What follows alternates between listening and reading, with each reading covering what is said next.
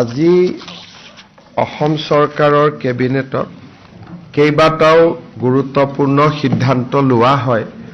মই মুখ্য সিদ্ধান্ত কেইটা আপোনালোকৰ আগত এটা সৰুকৈ কৈ দিব খুজিছো। আমাৰ লোক নিৰ্মাণ বিভাগত 57 গৰাকী জুনিয়ৰ ইঞ্জিনিয়াৰে চাকৰি কৰি আছে। APSCত তেওঁলোক সিলেক্ট নহল, তেওঁলোকক আমি ৰেগুলেশ্যন 3Fত চাকৰি কৰাৰ সুবিধা দি থকাৰ সিদ্ধান্ত গ্ৰহণ কৰিছো। আজি আমাৰ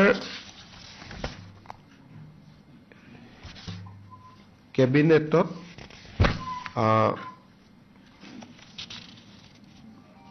326টা মিছন বসুন্ধৰাৰ অধীনত প্ৰস্তাৱ গ্ৰহণ কৰা হয় আৰু এই 326 গৰাকী হিতাধিকাৰীয়ে মিছন বসুন্ধৰাৰ অধীনত এতিয়া লেণ্ড পট্টা বা মাটিৰ পট্টা তেওঁলোকে লাভ কৰিব।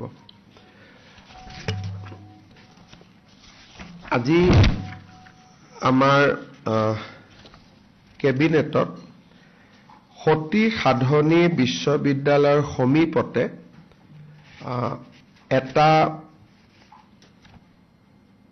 ছোৱালীৰ কাৰণে আৰু ল'ৰাৰ কাৰণে হোষ্টেল নিৰ্মাণ কৰিবলৈ আৰু মিউজিয়াম নিৰ্মাণ কৰিবলৈ গোলাঘাট জিলা চুতীয়া ছাত্ৰ সন্থাক আমি 8 বিঘা মাটি আজি আবণ্টন কৰোঁ।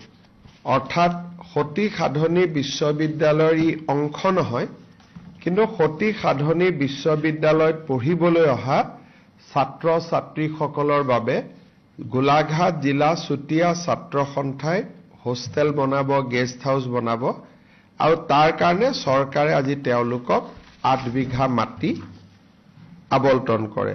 এইটো তেওঁলোকৰ এটা বহুদিনীয়া দাবী আছিলে, সেই দাবীটো আজি আমাৰ পূৰণ হয়। আজি আমাৰ কেবিনেটে বৰাক উপত্যকাৰ শ্ৰীভূমি জিলাৰ পাথাৰকান্দি সমষ্টিত এখন কৃষি মহাবিদ্যালয় স্থাপনৰ অনুমোদন জনায় আৰু এই কৃষি মহাবিদ্যালয়খন 122 কোটি টকা খৰচ কৰি নিৰ্মাণ কৰা হ'ব।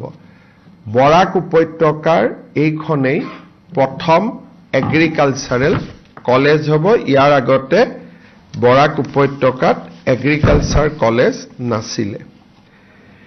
আজি আমাৰ কেবিনেটে গুৱাহাটীত জাহাজ নিৰ্মাণৰ বাবে ইণ্টিগ্ৰেটেড চিপয়াৰ্ড আৰু কণ্টেইনাৰ, আপোনালোকে যেনেকুৱা দেখিছে কোচিত চিপয়াৰ্ড আছে, কণ্টেইনাৰ আছে, ডাঙৰ ডাঙৰ জাহাজ বনায়।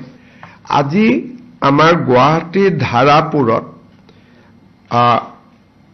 এনেকুৱা চিপয়াৰ্ড আৰু কণ্টেইনাৰ বনাবৰ বাবে এটা উদ্যোগক কেবিনেটে আজি মঞ্জুৰি দিয়ে। ভাৰত A2Z প্ৰাইভেট লিমিটেড তেওঁলোকে এই উদ্যোগটো স্থাপন কৰিব 475 কোটি টকা ব্যয়েৰে। আজি আমাৰ কেবিনেটে শিলচৰত পলো টাৱাৰ হোটেলক এখন 5-ষ্টাৰ হোটেল নিৰ্মাণৰ বাবে মঞ্জুৰি প্ৰদান কৰে। পলো টাৱাৰ লিমিটেডে এই 5-ষ্টাৰখন নিৰ্মাণ কৰাৰ বাবে 103 কোটি টকা ব্যয় কৰিব আৰু এইখন শিলচৰৰ প্ৰথম 5-ষ্টাৰ হোটেল হ'ব।